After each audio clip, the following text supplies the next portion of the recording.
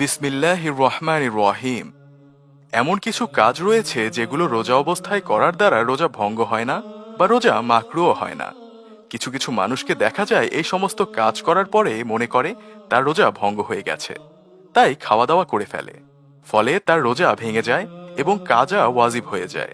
সুতরাং এগুলোর জানা অত্যন্ত জরুরি। রোজা অবস্থায় ভুলে কিছু খেলে, পানি পান করলে বা স্ত্রী সঙ্গম করলে রোজা ভাঙবে না। যদিও পেট ভরে খেয়ে থাকে, অর্থাৎ সে যে রোজা ছিল এটা ভুলে গিয়ে পানাহার করার পর তার মনে পড়ল যে সে আসলে রোজা ছিল, তাহলে তার রোজা ভাঙবে না।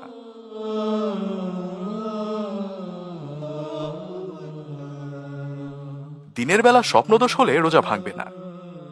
রোজা অবস্থায় দিনের বেলা সুরমা লাগানো, তেল লাগানো এবং সুগন্ধিযুক্ত জিনিস যেমন আতর, ফুল, সেন্ট ইত্যাদির ঘ্রাণ নিলে রোজার কোনো ক্ষতি হবে না। বরং যদি সুরমার রং থুতুর সঙ্গে মুখ দিয়ে বেরো হয় তবুও রোজার ক্ষতি হবে না। রোজা অবস্থায় কণ্ঠনালীর ভেতরে মশা, মাছি, ধুলাবালি ইত্যাদি চলে যায়, তাহলে রোজা ভঙ্গ হবে না। চাই তা পেটের ভেতরেই চলে যাক না কেন, কেননা এগুলোকে মানুষ খাদ্য হিসেবে গ্রহণ করে না, যদিও মুখে তার স্বাদ অনুভব হয়। কুলি করার পর মুখের মধ্যে যে আর্দ্রতা ভাব থাকে তা গিলে ফেললে রোজা নষ্ট হবে না। তবে কুলি করার পরে দু একবার থুতু ফেলে দিতে হবে, কেননা কুলি করার পর মুখের ভেতর কিছু পানি থেকে যায়।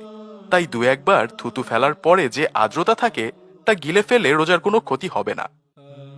রোজার মধ্যে দাঁত পরিষ্কার করার জন্য মাজন ব্যবহার করতে গিয়ে সতর্কতা অবলম্বন করতে হবে। যদি দাঁত পরিষ্কার করার সময় কণ্ঠনালী পর্যন্ত কিছু না কিছু পৌঁছে তাহলে কোনো অসুবিধা হবে না। তবে রোজা অবস্থায় মাজন বা টুথপেস্ট ব্যবহার করা মাকরু ও অনুত্তম, বিধায় তা পরিহার্য। ডাক্তারদের মতানুযায়ী ইনজেকশন দ্বারা ঔষধ বা স্যালাইন পেটে বা মস্তিষ্কে সরাসরি প্রবেশ করে না, তাই যে কোনো প্রকার ইনজেকশন দ্বারা রোজা ভাঙবে না। তবে খাবারের চাহিদা মিটায় এমন গ্লুকোজ স্যালাইন অতি প্রয়োজন ছাড়া ব্যবহার করলে রোজা মাকরু হয়ে যাবে।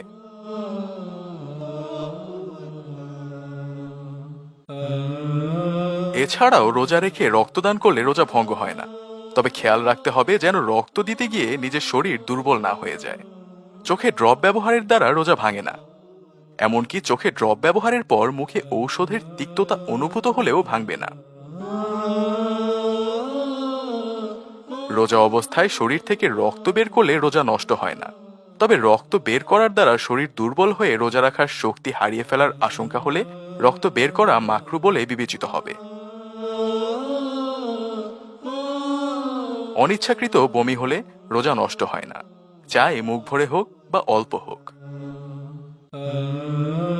আমাদের ভিডিওগুলো ভালো লাগলে আমাদের ইসলামিক স্টোরি পেজ লাইক দিতে পারেন এবং আমাদের YouTube channel Islamic story subscribe করতে পারেন।